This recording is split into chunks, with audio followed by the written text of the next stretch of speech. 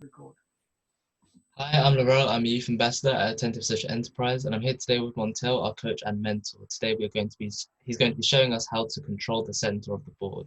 Over to Montell. Hi, how are you? I'm good, thanks. How are you? Okay, so controlling the center of the board is these four squares here.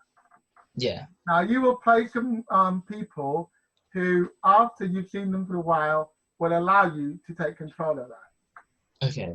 If they do, I'm going to now demonstrate to you how critical that is for you and how bad that is for them to make that mistake. Yeah. So let's assume we do the e-pawn opening. They do, and I'm going to show you every two moves. They open with the D pawn, but they only move one. Okay, yeah. Then you move your D pawn too. So now you're controlling it. Mm. But what they're going to do, and they're thinking, is we're going to have a very strong defense. We're going to move out our pieces, and we're going to castle on the king side quickly. We're going to let our opponent take control of that center board, and we don't care. Mm. 2 moves later, they move out that pawn, and we move out our knight. Yeah. Okay. Now the thinking is, they're going to probably move out a knight to threaten this pawn, or the bishop there, okay, and then get ready because these two will have to be moved up next for them to castle. Mm. And that's what they're thinking is, get ready, get our defense strong, and then get ready to attack. Yeah. Now, we've realized that they've given us these squares, haven't we? Yeah. So 2 moves later, we bring out a bishop, and they move their bishop to here. 2 moves later, some players, I hardly ever put the knight in front of my queen unless I really have to. Mm. Well, it's actually quite a common place for people to put the knight.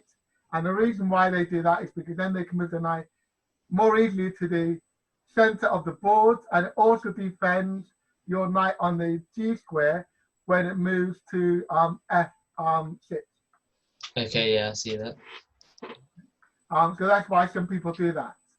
So if you're white, Yeah. what would be your thinking about your next move? Just how can I control more? I think I'd probably bring out more my knight or my bishop, or maybe castle. Yeah. So you can castle, or you can bring out your bishop or your knight, and that's what most chess players think, like, don't they? Yeah. Masters and grandmasters. Yeah, but Montell has something different. Yeah. So I think attack, attack, attack. Yeah. So if my opponent does this, you know what? Game over. They've gone. Okay. You can't see that, can you? Because it's too many moves ahead. Okay. Okay. So what happens is, I take that pawn with my bishop. Okay. Yeah. King takes me back. Then my knight comes up and calls check. Now, if the king moves to F6, I bring up my queen and checkmate. So if the queen comes to F3, okay, because that's moved forward 1, because it's in check from the knight, it's checkmate already. Yeah. Wow. Yeah. If they move, like, because they can't move to E6 because of the knight, okay. But what happens if they move back? If they move back to F8, yeah, then we get our knight and we move to E6, and then we got the queen. Oh yeah. If they move to E6, they're blocking in the queen. We still move our knight to E6, and then we've also got the queen. Yeah. In addition, we can bring our queen to the F3 square anyway. Okay, like here. And because they moved up here, if our queen gets down to F7, it's checkmate. Yeah. Okay. But we wouldn't go down to there because we'd be thinking that our opponent will move the bishop from G7 to F6 to block off that attack. Yeah. But not many people would see that what they've actually done is blocked in the queen. Yeah. And because they've blocked in the queen, that would drop, right? You'd easily win it from that particular position. You can see that if they move there, because the bishop is guarding it, stopping that checkmate, they still lost the queen. Yeah. And then at this early in the game, there's about 5 or 6 moves in the game. They've lost the queen and they're not even taking the knight back. Yeah. Can you see that? Yeah. And Yeah, that's that true. is them preparing a very strong defense. Yeah. And it's very early in the game, isn't it? Literally like 5, 6 moves in. Yeah. Okay, so now what we're going to do is we're actually going to go through a training game. Okay. Okay. So do you want to be black or white? I don't mind. I'll be white or black. You're I'll be white. I'll be white. Yeah. Where do you want to move? I'll move my E pawn forwards to E4. And then your opponent goes to here. Okay. I could try the King's Gambit at this point, or I could bring out my knight to defend that, to be there to attack. Sorry, that pawn. But I think first I'll bring my pawn out, my F pawn. F pawn. Yeah, I'll move. I'll do a King's Gambit. Okay. And then they take. Okay, I'll move my knight now to F3. Yeah. And then they go here. Okay. I will now. I could maybe bring. So I was thinking I could bring another pawn out to attack that, but they would probably just take it. But then I could take with my knight. But then that would be opening up the pawn. So maybe I'll bring out some more minor pieces. Maybe bring out my B knight to C3. Just have it there. Your B knight to C3. Yeah, I'm gonna do that. Okay. Why didn't you move your pawn here? I thought that, but then I thought it would just be opening up too much. Now it's okay to open up these two. Okay, is it? Okay. Yeah. Because you're looking to castle on one side anyways. Yeah, over here. Yeah. Okay. But it's not too bad a move just to move out your knight at this stage. The reason why they moved out of that is to try to prevent you from doing that. But they should really move 1, not 2, and then move that 2. Oh yes, yeah. Now, what would you do from here? Now after this, I would I'd bring out, try and get my. I think I can move my other pawn now. I think Twice. If I move it twice, then yeah, I'll move it twice because I wouldn't attack. But if they attack, they'd have nothing defending it. Okay. And then they bring out the knight to defend it. And now they do have something defending it. And then I'd bring out my C bishop. Oh no, I couldn't. I guess I could.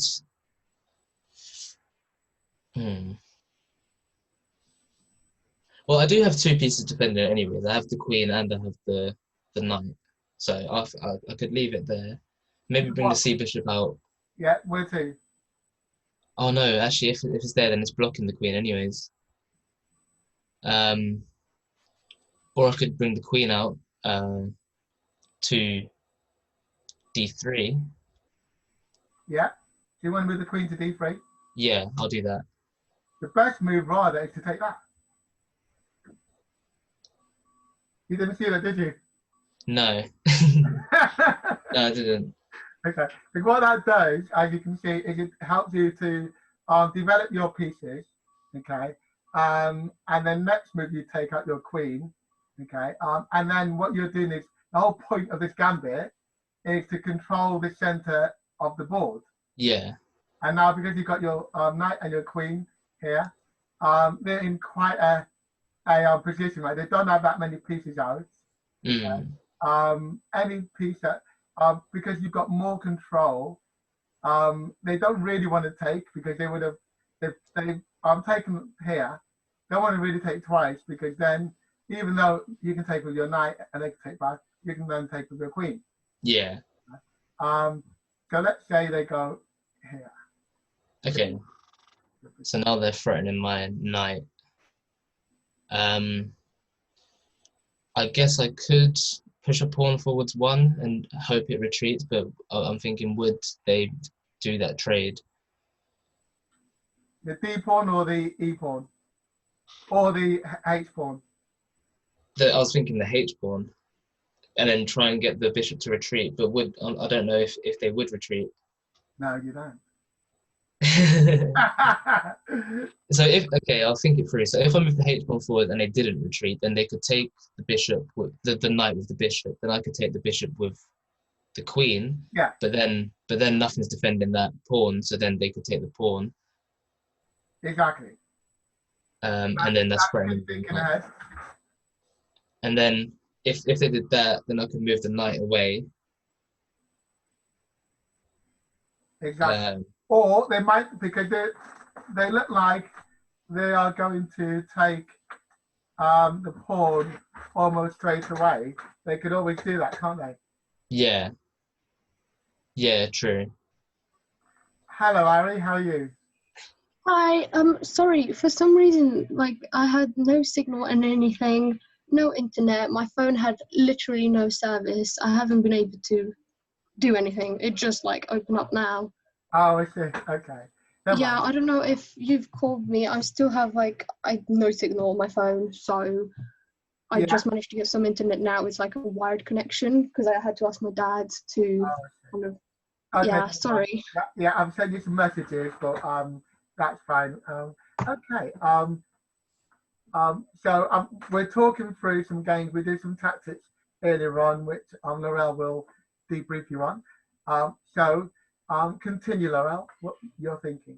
So what I'm thinking through this now. So to get you up to speed a little bit, I'm thinking about, because now the bishop at G4 is attacking the knight, which is one of the only things defending. I've got the knight and the queen defending my pawn at D4, and now it's attacking one of the pieces. So now I'm thinking of what to do. I guess I could move the D pawn forwards.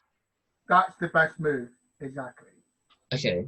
And the reason why that's best is because if you were to do that exchange, your queen or your pawn will take, and then that would drop. Yeah. And then expecting your knight, which would have to move out the way. You know that you want to castle over here, okay? Yeah.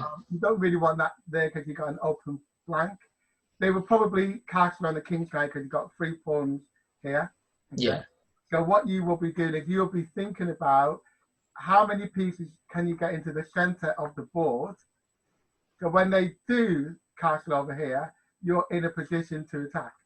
Okay. At the moment you got 3, and that's good to have 3. Even if you do an exchange, very easy for your bishop to come out. The queen can easily come into the game. So at this stage, the knight will probably move maybe to one of these 2. Okay. Which one do you think it would move to? If it moved to D4, then both the queen and the knight are attacking it again. So actually, no, I think it would move to D4. Yeah. So they would move to. Yes. Okay. That also prevents queen coming to D3 to defend that. Okay. So the queen would have to watch that flank. Now would be the best time for you to play that pawn forward. Yeah. Okay.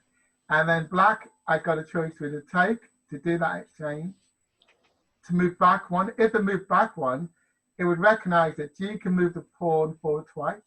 Then you have to retreat again. So what you'll be then doing is helping your opponent develop. Yeah. So black doesn't really want to do that. So if you do that, here might not be the best option for black. Black might go to here.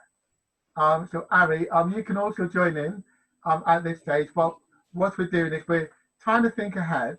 Okay. In the first half of what we've been talking about is I had about 5 different games which I set up, and it showed Lorell what happens when time moves ahead. Okay. I would actually playing the game, but thinking about all the possibilities for both yourself and your opponent. Does that make sense? Okay. You're playing as white, and you're looking at what black may do. So as white, what would you then do next? Well, as always, you'd look for a way to attack. So I see that I might possibly move the white bishop on f onto d6, just because the bishop is blocking the queen, and the bishop on f can't attack your bishop because you have defense on c5. No, it doesn't reach up to there. So if you did take it on d6, then the bishop would take it. The knight on c3 doesn't go up to, because if you take this pawn. Oh, sorry. I was looking at the black pawn. I thought, yeah. I'd probably move a knight forward, possibly, or try and move the. Ooh, you can't move the queen because it's stuck. I'd probably try and move the knight. Okay. And Lorell, which knight onto where, shall we? Most likely the f knight, and I'd move it to. I'd move it to g5. Okay. And what would it do on g5? It will attack the 2 squares on f7 and h7, which will stop the opponent from possibly castling, because you're starting to attack the only defense they have, pretty much. And what do you think of that, Lorell? Yeah, I think that's a good move. I wasn't thinking of doing that, but I see where you're coming from, attacking both their only defense. And as well, because the queen can take it, but you're defending it with the bishop, so. So let's say that black 2 pieces attacking it. What would you then do?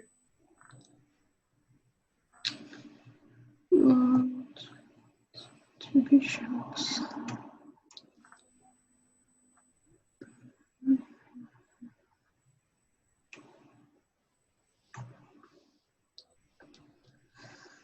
Any idea, Lorell? I was thinking about the queen. Where to? I was gonna say move the queen to h5, so then it's also defending. Perfect. Queen goes to h5. So what would black do if the queen went to h5? They'd probably bring out, maybe bring out a pawn. Yeah, the move. Okay. Then what do you do?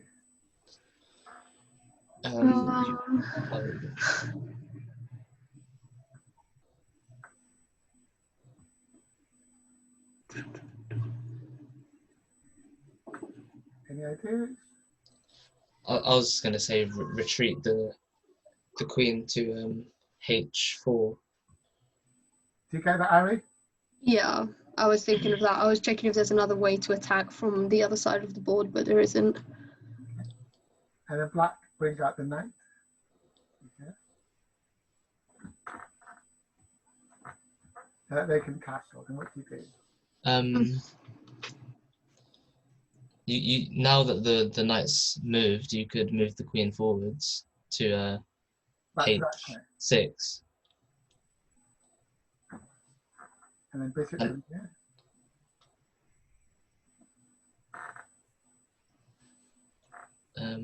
See, I would have tried to threaten. I would have moved the e pawn up by 1, and then it threatens.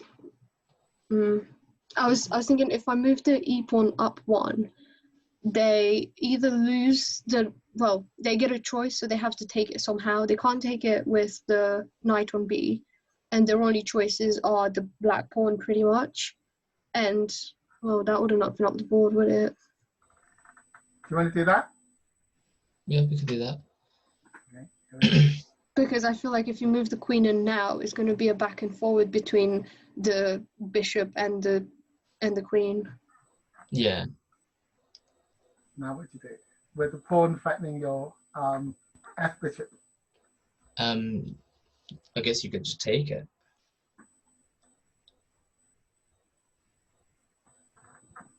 And then black goes castle. Then what do you do now? Well, Could you? So my thinking straight away was just thinking about moving the queen forwards because the king's in the corner, but then the knight's the only thing defending it. That square, if I was to take the queen to h7. So if you was to take the knight with the bishop and then move the queen after, because they would probably take again, but if you move the queen to h. Okay. What do you Oh, think? actually no. No, but then they can. What do you think, Alex? Yeah. I was thinking to move the other bishop into the game. Where to? Possibly d3, because I'm thinking if I do that move, they still can't take my bishop. If I go to take the knight there, I still have a backup bishop, because that's just a possibility. But it's just the fact that if I would have been playing the game, that bishop would have been out long ago. Okay. So it's my instinct to take the bishop out. Okay. And what was your instinct? Your instinct. My instinct. My instinct was straight away just the queen attack that I mentioned, but the knight's defending it, so I thought, how can I get rid of the knight? And then I thought the bishop. Shall we try it? Okay. Let's try what your instinct was telling you to do. And you got these two behind it. Okay. Yeah. But that's going to be mate next move. That move has won you the game. Has it? Yeah. I thought so, but I wasn't 100% sure if we could get out of it. Because if they take back with that, Yeah. checkmate. Okay. Oh yeah. Good one, Lorell. Thank you. So you can see that little move by thinking ahead and by playing it out in your head, what difference it makes. Yeah. Okay. Because if you think one move ahead, it's kind of stupid. Like, why would I trade my bishop for the knight in this point in the game? Like, there's no reason to do that if you're only thinking one move. But Yeah. The other alternative is if you took that, yeah, and you took back with this, okay, that's quite a dangerous position because then they are attacking your queen, right? You have to move the queen to there. Yeah. Or wouldn't you move? Oh yeah. Would you agree? Or what would you Yeah. think, Harry? Yeah, no, I was gonna say, couldn't you just move the queen straight in to take the knight? Yeah, but then the king will take. Yeah, I figured, because you had the defense before. Yeah, so the king will take. So that's as far as what you can go, right? Now, what can black do about that?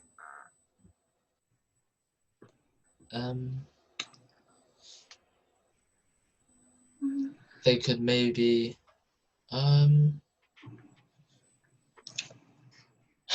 so what they'll I don't know.